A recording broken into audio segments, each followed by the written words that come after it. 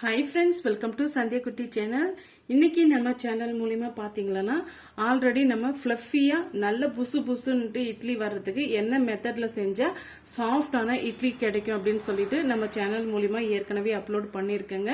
அதுக்கு நீங்க ரொம்பவே சப்போர்ட் பண்ணீங்க. ஃப்ரீயா இருக்கும் போது இன்னும் சப்ஸ்கிரைப் பண்ணாத நண்பர்களும் இருந்தா சப்ஸ்கிரைப் பண்ணிட்டு பாருங்க, உங்களுக்கு ரொம்பவே ஹெல்ப்ஃபுல்லா இருக்கும். அதே மெத்தட்ல அதே ப்ராசஸ்ல வந்து இட்லி மாவை நம்ம அரைச்சி எடுத்துட்டு வந்தாச்சு. இது கூட நான் உப்பு கரைச்சி நான் எடுத்து வச்சிருக்கேங்க. இப்ப இது கூட என்னென்ன பொருட்கள் வந்து நம்ம சேர்க்கலாம்னு பார்க்கலாங்க. இப்போ ஒரே மாதிரியான இட்லி செய்யாம டிஃப்ரெண்டான முறையில மசாலா இட்லி எப்படி செய்யுதுன்ட்டு நம்ம பார்க்கலாங்க. இப்ப அதுக்கு ஒரு கடாய் ஒண்ணு வச்சுக்கலாங்க. இப்ப ஒரு குழி கரண்டி அளவுக்கு ஆயில் வந்து நம்ம சேர்த்துக்கலாம். எப்பவுமே டைரக்டா சேர்க்காம இது போல வதக்கிட்டு சேர்க்கும் போது ரொம்ப டேஸ்டியா இருக்கும்.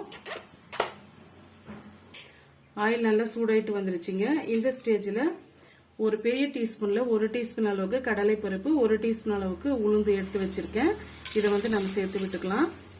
இப்ப இது கூடவே 1 டீஸ்பூன் அளவுக்கு கடுகு சேர்த்துக்கலாங்க. 1/2 டீஸ்பூன் அளவுக்கு சீரகம். இது எல்லாம் பொரிஞ்சு வரட்டும். லைட்டா இது போல மிக்ஸ் பண்ணி விட்டுக்குங்க. அப்பதான் வந்து எல்லா பொருட்களும் சேர்க்கும் போது இந்த கடலை பருப்பும் நல்லா வதங்கி வரும். இந்த ஸ்டேஜ்ல 2 பெரிய சைஸ் வெங்காயம் வந்து பொடிசா கட் பண்ணி வச்சிருக்கேன். 6-7 பச்சை மிளகாய் வந்து அதுவுமே வந்து கட் பண்ணி வச்சிருக்கேங்க. 2 கொத்து கருவேப்பிலை எடுத்து வச்சிருக்கேன். இதெல்லாம் சேர்த்துக்கலாம்.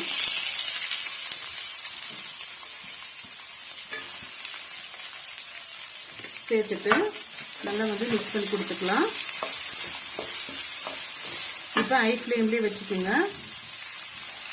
பாருங்க, வெங்காயம் வதங்கி வர்றதுக்காக லைட்டா மட்டும் நான் உப்பு சேர்த்துக்கிறேங்க. இந்த மசாலுக்கு தேவையான அளவுக்கு மட்டும் நான் சால்ட் சேர்த்துக்கிறேன். இப்ப இட்லிக்கு தேவையான அளவுக்கு நம்ம ஆல்ரெடி உப்பு சேர்த்துருக்கோம். இப்ப இந்த வெங்காயத்துக்கு தேவையான அளவுக்கு மட்டும் உப்பு சேர்த்துக்கலாம். இது மாதிரி சேர்த்து வதக்கும் போது சட்டுன்னு வதங்கி வந்துருங்க.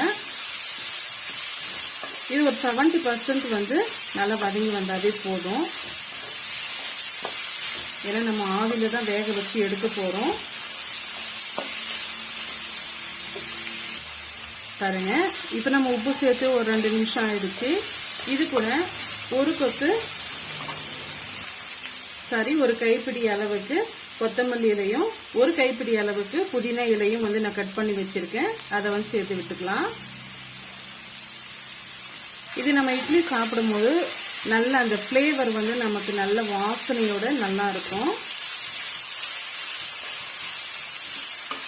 இப்ப இது கூட 2 மீடியம் சைஸ் கேரட் வந்து துருவி வச்சிருக்கேங்க. சேர்த்து விட்டுக்கலாம். இது போல சேர்த்து செய்யும் போது கேரட் வந்து சாப்பிடாதவங்க கூட நல்ல ஒரு ஹெல்த்தியான மார்னிங் டிஃபன் வந்து சாப்பிட்ட ஃபீல் வந்து கிடைக்கும். ரொம்ப ஹெல்த்தியான இட்லியும் கூட நமக்கு கிடைக்குங்க. பாருங்க, இந்த அளவுக்கு வதங்கி வந்தாவே போதும். இப்ப நம்ம ஸ்டவ் ஆஃப் பண்ணிக்கலாம். ஆல்ரெடி நம்ம மிக்ஸ் பண்ணி வச்சிருக்க மாவுல சேர்த்து விட்டுடலாங்க.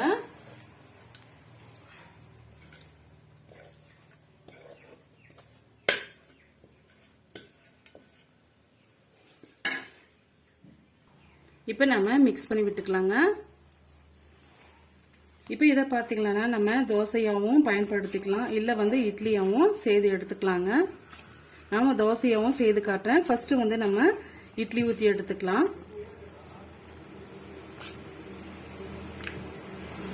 நல்லா கலந்து வர்ற மாதிரி எல்லா சைடும் இந்த மசாலா நல்லா கலந்து வர்ற மாதிரி இது போல மிக்ஸ் பண்ணி கொடுத்துக்குங்க. அவ்வளவுதாங்க. இப்ப இட்லி பாத்திரத்துல நம்ம தண்ணி வந்து கொதிக்க வச்சுக்கலாங்க. பாருங்க, இட்லி பிளேட்ல எப்பவுமே நம்ம மாவை சேர்க்கும் போது இட்லி தட்டை நல்லா வந்து வாஷ் பண்ணிக்கோங்க. ஏற்கனவே நம்ம வாஷ் பண்ணி வச்சிருந்தாலுமே ட்ரையா இருக்கும். அந்த மாதிரி சமயத்துல கிளாத்தை மட்டும் நீங்க நல்ல தண்ணியில நினைச்சிட்டு சேர்த்தாலுமே கீழே வந்து அடிப்பிடிக்க செய்யும். அதனால ரெண்டுமே வந்து கிளீனா நல்லா வாஷ் பண்ணிட்டு தண்ணியில நினைச்சிட்டு இது போல தண்ணி மேல வந்து தெளிச்சிட்டு தாங்க நம்ம மாவு வந்து சேர்க்கணும். அப்பதான் ஒட்டி வராம இருக்கும். இப்ப நம்ம மிக்ஸ் பண்ணி வச்சிருக்க இட்லி மாவை எடுத்து ஊத்திக்கலாம்.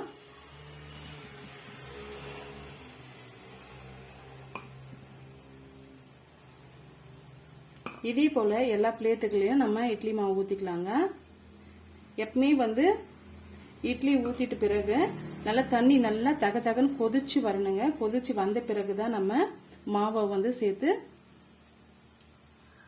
வேக வச்சு எடுத்துக்கணும். பாருங்க, இப்ப நம்ம எல்லா இதுலயும் வந்து ஊத்தி எடுத்துக்கிட்டோம். இட்லி வேக வைக்கிறதுக்கான தண்ணி நம்ம சேர்த்து நல்லா கொதிச்சு வந்துட்டு இருக்கு பாருங்க. இப்ப இந்த கொதிச்சு வந்த ஸ்டேஜ்ல சிம்ல வச்சுக்குங்க. ஏன்னா நம்ம சேர்க்கும் போது கையில வந்து ஆவி அடிக்கும். இப்ப மீடியமான ஃப்ளேம்ல வச்சுக்கலாம். இட்லி வேக வைக்கும் போதும் ஹை ஃப்ளேம்ல வச்சு நீங்க வேக வச்சீங்களா டக்குன்னு வந்து ஹார்ட் ஆயிடுங்க. அதனால மீடியமான ஃப்ளேம்ல வச்சு நம்ம மிதமான சூட்ல வச்சு நம்ம வேக வச்சு எடுத்துக்கலாங்க. இப்ப செகண்ட் பிளேட் வந்து வச்சுக்கலாங்க.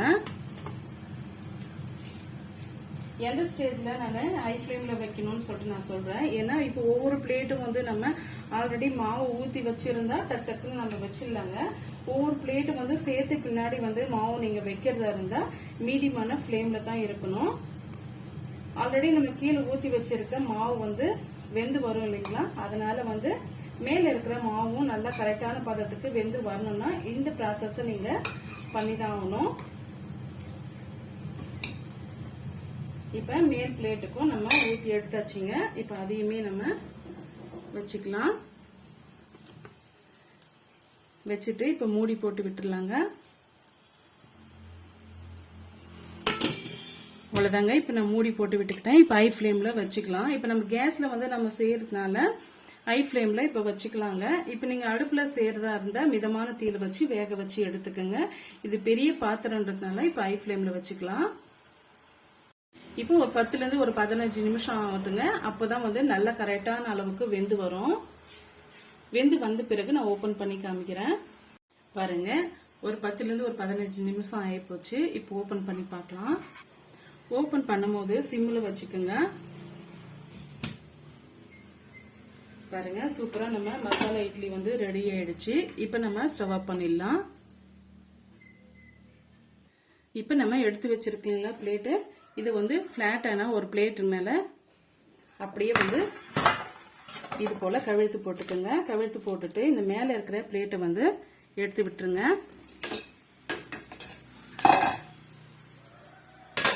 இப்ப இதுக்கு மேல கொஞ்சமா நம்ம தண்ணி தெளிச்சுக்கலாம். பாருங்க, இது போல லைட்டா வந்து நம்ம தண்ணி தெளிச்சு விட்டுடலாங்க. தண்ணி தெளிச்சுட்டு அப்படியே நம்ம எடுத்துடலாம்.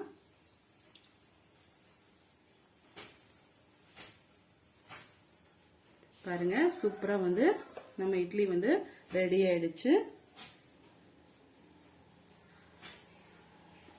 இப்ப இதே போல எல்லா இட்லிகளையும் நம்ம எடுத்துடலாங்க. பாருங்க, எல்லா இட்லியும் நம்ம எடுத்துக்கிட்டோங்க. இப்ப நம்ம தோசையும் சேர்த்து பார்க்கலாம். பாருங்க, தோசை தவா நல்லா சூடாயிடுச்சு. இதுக்கு மேல வந்து லைட்டா வந்து எண்ணெய் அப்ளை பண்ணி வச்சிருக்கேன். இப்ப கிறிஸ்பியா வேணும்னு நினைச்சீங்களா அதுக்கு தகுந்தாற் போல நீங்க மாவு சேர்த்து எடுத்துக்கோங்க. இல்ல வந்து கொஞ்சம் நல்லா சாஃப்டா மொத்தமா வேணும்னா அதுக்கு தகுந்தாற் போல நீங்க மாவு எடுத்து இது போல தோசையை ஊத்தி எடுத்துக்கோங்க. இப்ப நம்ம ஆல்ரெடி வந்து இட்லிக்காக ஊத்தி வச்சோம் இல்லைங்களா, அதே மாவு தான். மீடியமான ஹீட்ல இருக்கட்டும்.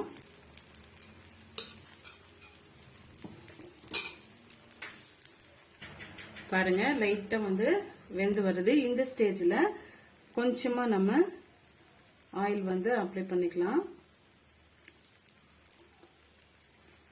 இல்ல வந்து உங்களுக்கு எண்ணெய் சேர்க்கறதுக்கு விருப்பம் இல்லைன்னா அப்படியும் விட்டுருங்க. மீடியமான ஹீட்லயும் வேக வச்சு எடுத்துக்கலாம். இப்ப ஓரங்கள் பார்த்து லைட்டா வந்து எடுத்து விட்டுருங்க. எப்பவுமே லைட்டா எடுத்து விட்ட பிறகுதான் மிடில் நீங்க இது போல தோசை இதை வச்சு நீங்க திருப்பி விட்டுக்கணும்.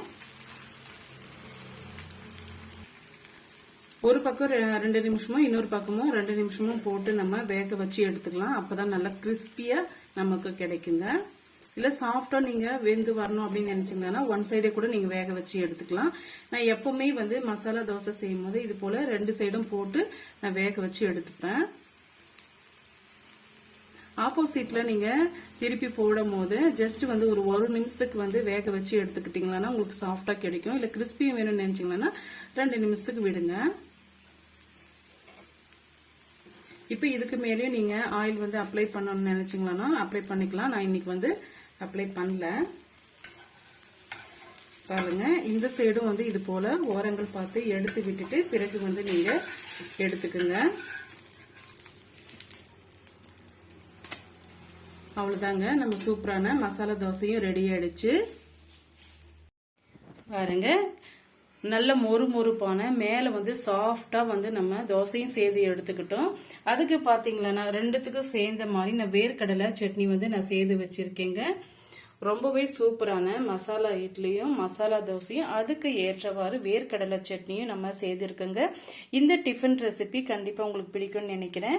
பிடிச்சிருந்தா மறக்காம சந்தியா குட்டி சேனலுக்கு சப்ஸ்கிரைப் பண்ணுங்க, லைக் பண்ணுங்க, ஃப்ரெண்ட்ஸ் அண்ட் ஃபேமிலியோட நிறைய ஷேர் பண்ணுங்க. தேங்க்யூ ஃபார் வாட்சிங்.